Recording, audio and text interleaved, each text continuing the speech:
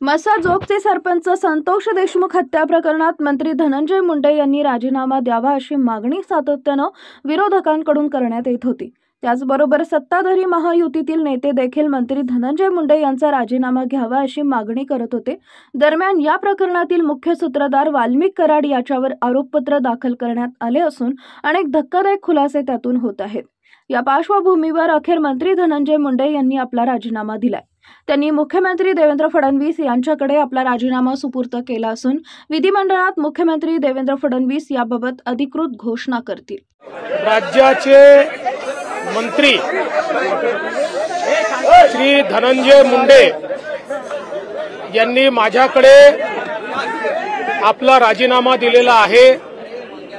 त्यांचा राजीनामा मी स्वीकारलेला आहे आणि पुढील कारवाई करता तो माननीय राज्यपाल महोदयांकडे पाठवलेला आहे।